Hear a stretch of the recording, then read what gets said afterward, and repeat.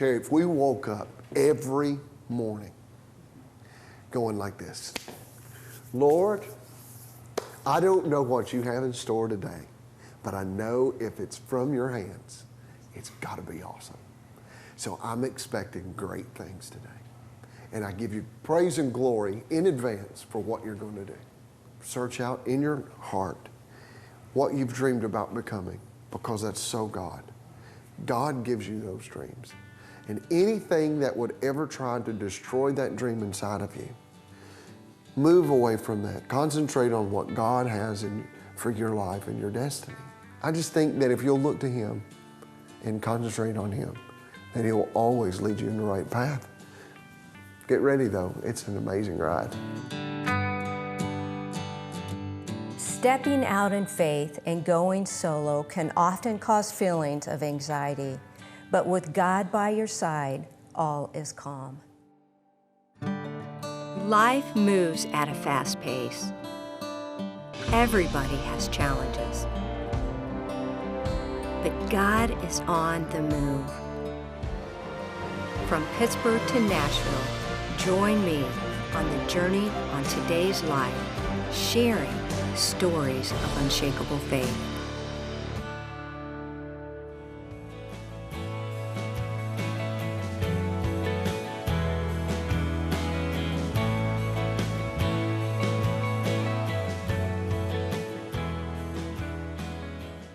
Born in Beaver Dam, Kentucky, Jason Crabb, at the age of 15, hit the road with his family to become one of the most beloved gospel groups of all time. After the Crabb family retired in 2007, Jason went solo, and his anointed powerhouse vocals have endeared him to millions across the world. Today, he is a 2-time Grammy Award winner, 22-time GMA Dove Award winner, a vocalist, musician, actor, author, and songwriter. This is his story of unshakable faith. This is today's life. Jason, I am so excited to be in your lovely home, and it's so good to see you. Do you know how much Ted and I love you and your whole Crabb family? Well, I will say this, probably not as much as we love you guys. You've been good to our family.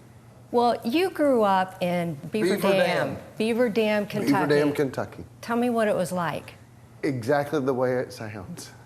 Beaver Dam, Kentucky is about as small as you can imagine. The main source of income there is a sawmill called Young's Manufacturing, which employed a lot of my family. Also, there's another place, you know, it used to be a very strong coal mining town. A lot of coal mines in the area. Of course, you know, a lot of coal mines are being shut down. My granddad, when they shut the coal mines down, he bought a little farm, started farming, and I grew kind of have great memories in Beaver Dam, Kentucky, spending my summers with them. And you know, the Crabb family is pretty popular there. yeah, we really like it. Are you like celebrities? I wouldn't say that. I think everybody just, although, hey, look, I do have a road named after me. You know, I read In that. Beaver Dam, Kentucky. It's about as big as maybe 100 feet. Nobody's got pulled over on it yet, but. Now, you are the oldest. Yep. So tell me what it was like when you started touring, or how did that all come about? I'm the oldest on the road, on the stage, you know. Of course, the Crabb family, a lot of people, some people know and some people don't. The Crabb family, as a lot of people know it, is 2 blended families that was put together. So Well, a lot of people don't know that, do they? Well, some do and some don't. I mean, you know, some don't care. Mm-hmm. Just like us, you know, we're all brothers and sisters, and that's kind of the way we did things. We went after it. You know, somebody told a member of the family, they said, you know, don't ever say step. Step is something that you walk on. So when did you start singing? Well, I started when I was really young. I sang in a little, you know, church every now and then. You know, whatever instrument that they needed me on at church, if somebody was missing, I'd just fill in and start playing. And so I didn't sing a whole lot. I played more. Played drums, bass, guitar. I tried piano once. It was horrible. And then I heard a man by the name of Mike English sing. And it was one of those Gaither videos. I just loved it. I loved that soul and loved that texture, that rough, raspy stuff that I loved. Listening to music of Ray Charles and Michael Bolton and just, you know, that grit, the church music, you know, it all slapped in one, and it was him. Now, you were part of the Crabb family, and you were on the road starting at age 14? 15. 15. Mm-hmm. And how long were you on the road with your family? 14 years. 14 years. 14 years with the Crabb family. And then almost 12 years now, solo. So I've almost been on the road solo as long as I was with the family. I've had more years on the road than I haven't. How's that impacted your family and being on the road so much? How has that impacted? It's impacted me a lot. I tell people all the time, I'm like, road years are like dog years, you know, 2 to everyone. So 25 years, I'm getting up there, about 70. So you went on tour for all those years, and then you decided that, when did you know that God was, you know, saying, okay, it's coming to the end here? Well, you could just feel it, you know. Parents come off the road. Here we are, the siblings are on the road. Our families are growing. Everybody is stepping into their own ministry. You could watch it on stage happen. Mm-hmm. Like, they would lean on me to make set lists, call out songs, you know. And when I would, then that wasn't what they were feeling, and they'd go with something else. And I was, you know, and I wasn't offended by it. It was just like, the Spirit spoke to me and was like, everybody's growing into their own individual selves. And somebody's got to let that go. So when did you know God was pulling you in a different direction? Oh, yeah. Well, I'd always felt the pull to speak. And I hadn't done it much because the road had been so busy. We would do 200 dates a year, mm-hmm. you know, with the family. And so I hadn't had the opportunity to really preach much or speak. I call it speak, because there's preachers out there that do a really good job, and I probably don't have the credentials to do it, but I wanted to do that a little more, and I thought that was a little bit more of what I do. Now I get to do both. I mean, we've got a tent revival that's getting ready to take place in my hometown. I'm so excited about that. Getting to go back to speak and minister to friends that I grew up with now. And I get to experience and share with them all of the road years. And that's what I do. I share experiences with and how it lines up with God's Word and how God has helped me and how He's brought me through some of the things. These people know me. And I get to go back and share that and go, you know what? Jesus loves you and as He loves me. And man, the sky's the limit with Jesus. You can dream as big as you want to.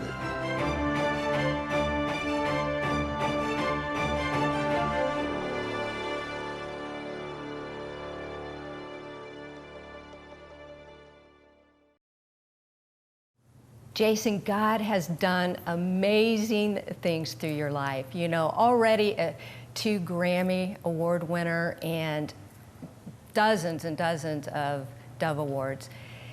You went out on your own in 2009-ish, 10. Mm-hmm. Tell me what it's been like. Oh, it's been so much fun. I enjoy it. A lot of people ask, they said, do you miss the family? I said, absolutely. Do you wish everybody was back together? Sure. But then again, I wouldn't get to do what I'm doing. And they wouldn't be doing what they're doing. You know, since we went solo in different ministries, sometimes there is 5 different ministries at one time. That's exciting. On 5 different stages. Would have never happened if you weren't. No. That's how God works. But I love being on the road. I've got a great band. I mean, they're some of my best friends.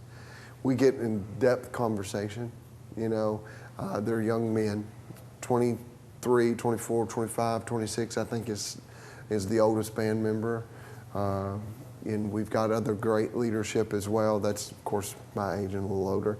But you know, it's a great team that's out on the road. It's a great team.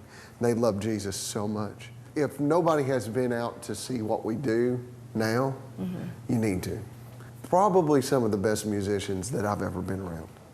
And I'm just trying to hold on to. No, they love what they're doing.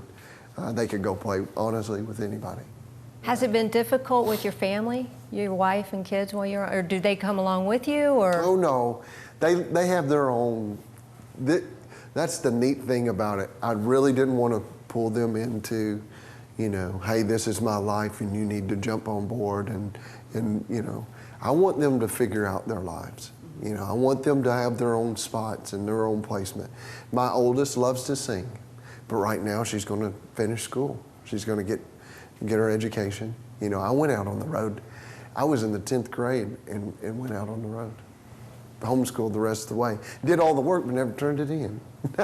Do you regret that or no? I mean, I see some people. You know, God has other plans for you. You know, it is what it is. Hard work and giving God all the glory and all the credit. You know, you know, it is a lot of hard work.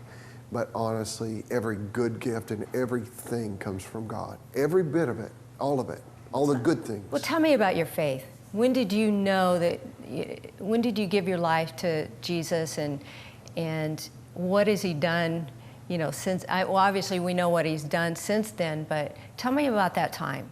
I remember when I was younger, when I gave my heart to the Lord when I was a young boy. My dad was pastoring, and I was in Bowling Green, Kentucky. And I just felt the tug of the Lord on my heart. I went down and prayed, and I remember I got baptized in the creek, and it was cold, and I remember all that. And I was probably about 5 or 6 years old. Then I remember life happening. I remember some things happened. I remember when my family, my mother and my father divorced and split up, and I thought I had an excuse to be rebellious, you know, during that time, and I could do whatever that I wanted, and God was going to be all right with it because I had an excuse, you know? It wasn't the truth. I wanted to blame my anger and my frustration out on everybody else. Yeah, I was young. I was trying to figure it out. But still, there was no excuse for me to be doing what I was doing, because if I said that I had a relationship with Jesus and I'm a Christian, that's totally opposite of having an excuse. There is no excuse to want to break God's heart. And so I had to make a rededication to the Lord and recommitment. And I remember that prayer. That was before I started singing. I went to the altar and I said, Lord, I'm sorry. I'm sorry for my spirit. I'm sorry for my rebellion. But I don't want to just give you my past. I want to give you everything about me, my future, just everything. If you can use me, use me. And I knew when I was younger, growing up in the hills of Kentucky in Beaver Dam, my grandmother carrying me around, putting prayer cloths in my pocket, you know, and underneath my pillow and praying for me and believing. I knew that there was something there for me, strong. But I knew that also I had to surrender and quit making excuses, quit running, quit doing all these things, you know. And I was living a kind of a really rebellious life at 15, 16 years old, you know. But then when I really surrendered, I say 15, it was 15 years old when I surrendered. I remember something really changing, you know. What would you say to a teen right now that was in your shoes, or it's 15 and he's, you know, or he or she is out there being rebellious, and what would you say to him right now? I just had this opportunity just the other day. And, you know, here's the thing. We can look at all the situations, the circumstances around us. We can look at a broken home. We can look at parents. We can look at drugs. We can look at peer pressure. We can look at whatever, people around us, trying to fit in, whatever the situation is. Honestly, but that's not where the enemy wants to get you. He wants to get you where you start making decisions off of those things. In other words, choosing to try to fit in and doing everything else that everybody else is doing. Say they're out drinking and running the roads and doing drugs or whatever, you know, and you know that you shouldn't be doing that, And it's what the enemy wants to catch you in the middle of that. You know what I'm saying? Mm-hmm. He wants to trap you into that. You know, I think if that's your way out of a broken home and dealing with it, I think that that's wrong, you know? And so I said, that's where the enemy wants to trap you. I think the best thing that you could possibly do is to really search out in your heart what you've dreamed about becoming, because that's so God. God gives you those dreams. And anything that would ever try to destroy that dream inside of you, you look at those things, whatever that it is, move away from that. Concentrate on what God has for your life and your destiny, and give Him all the credit and all the glory for every success that you will have. I just think that if you'll look to Him and concentrate on Him, then He will always lead you in the right path. Get ready though, it's an amazing ride.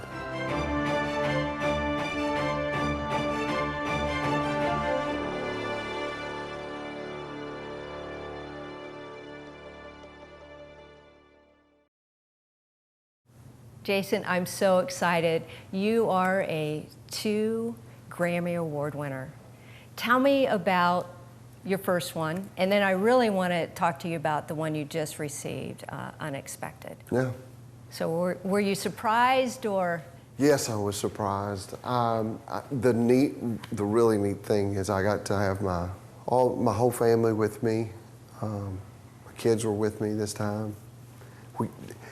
The coolest thing, we had makeup artists come in and hairstylists and all this kind of stuff, and the girls, you know, I watched them spin around on the red mirror. carpet. Yes, Yeah. they looked so pretty. They were beautiful. They had a time, and honestly, as a father, I knew this was precious for them and special, and I was enjoying myself and almost forgot what was going on. Not really. Were you nervous? Oh, I was nervous. I really was. I was nervous and excited, you know. You're up against a lot of other artists. Yeah, and my peers, people that I loved so much, and I told my team, I said, you know what?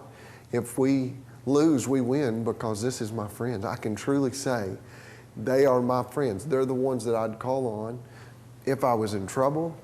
You know, what's going to happen? We've toured together. We've sang on stages together. Awesome. So it's fun. And then when they called our name, I was like, I lost it. I got up there and sharing, and you know, I made a statement up there that I know I was so thankful I got to make. Then I just said, I want to thank Jesus for saving my life in a lot of different ways.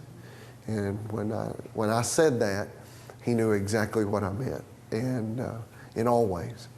And you know, I thought, you know, what I'd maybe nobody would say anything, or that snotted out or whatever. It blew my mind how many people came to me and said, thank you for saying what you did. Thank you for saying what you did. Thank you for saying what you did. I mean, just people that you wouldn't expect. You know what I mean? That just didn't look like they were going to come up and tell you that. And they did. It was right. Well, tell me about Unexpected. Tell me what's behind the album and the message. I love it. Could you imagine, Terry, if we woke up every morning going like this? Lord, I don't know what you have in store today, but I know if it's from your hands, it's got to be awesome. So I'm expecting great things today. And I give you praise and glory in advance for what you're going to do, what I'm going to get to experience. Could you imagine what we would live out, what our days would be like, what life would be like?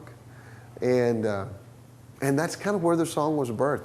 I wrote it with Tony Woods and Jimmy Erie, and we walked in there and I said, I want that old time Pentecost, that, you know, that kind of feel, and that's where it went. We wrote it in about 45 minutes, the shortest time I think I've ever had to write a song, and it was right. You know, it was right for the title. It's right for me sharing about the record. It's, you know, sometimes fire falls from heaven, sometimes seas open wide, sometimes walls start to crumble, Sometimes angels fill the sky. Sometimes the dead even comes back to life. And I come to expect the unexpected from you. So, I mean, that's just kind of the deal. I love it. Well, what about when things don't exactly go, you know, say somebody is saying, what, you know, I expect it, but it doesn't happen. Yeah. And you can't quit expecting. You can't. It's part of faith. If you lose that excitement about what's coming, then I feel like you're starting to crumble, you know, the faith. I promise you this, God will give you enough things. He will excite you enough. He will give you you know, with me, I'm from a small town in Kentucky, right? I would have never dreamed I would have ever lived in Nashville. There's days that I'd love to slow down and go back to Kentucky. Boy, you talking about slow down. But, you know, and my friends, I mean, I've got friends all in this town. People that I would never have dreamed about that would have been my friends. Is there tough days? Is there days when you go, okay, wait a minute, do I have enough dates on the book to make sure everything is taken care of? Well, sure. There's tough days. But boy, there's a lot of good ones. And if I concentrate on just the tough ones, I'm in trouble. Yeah. I'm in a lot of trouble. I can get negative, and negative is a bad place to be. It'll rob you of a lot of things. You know, my wife told me one time, Terry, I was speaking negative, just negative, talking about, I don't know if anybody ever want to produce my record. I've had incredible records produced by great people, but it was just funny when I was first getting started. And I was talking to a friend, and she goes, can I talk to you in the back of the bus just for a minute? I forgot to tell you something. I was sitting up front. I went to the back, and she goes, if I hear one more negative word come out of that mouth, she said, I'm getting off this bus. She said, look at what God's done for you. You know, a lot of people live in anxiety and they don't have peace in their life and they expect, you know, great things and it doesn't happen or, you know, vice versa. So what would you say to somebody like that? You just have to change it. Even when you don't think it, you just have to start speaking it. It's like forgiving someone. There's people in my life that's done me wrong, but I've done some people wrong, you know? But the Lord told us to forgive those. He did it on the cross of Calvary. Yeah. Their body spit, fluid running down his face, gambling for his clothes at his feet, his body ripped to shreds as he's trying to breathe, pushing up with his feet. And just to get a breath. And he cries out, Father, forgive them, for they know not what they do. It's amazing. It is. Forgiveness, you have to talk it. You know, the next day you go, well, it comes back up, forgive them again. Forgive them again if it comes back up the next. So, Jason, thank you so much. It has been a pleasure to be here with you. Thanks for letting me. I know, and I'm so excited about everything that God is doing in your life. Thank you. My friend, are you expecting the unexpected? I want you to know that Jesus is your peace. He doesn't want you to live in panic. He is the Prince of Peace, and He has told us that in this world, we're going to have trouble. But take heart, take His hand, and let Him show you the way so that you can share your story of unshakable faith that will give Him honor and glory. This is Today's Life. Thanks for watching.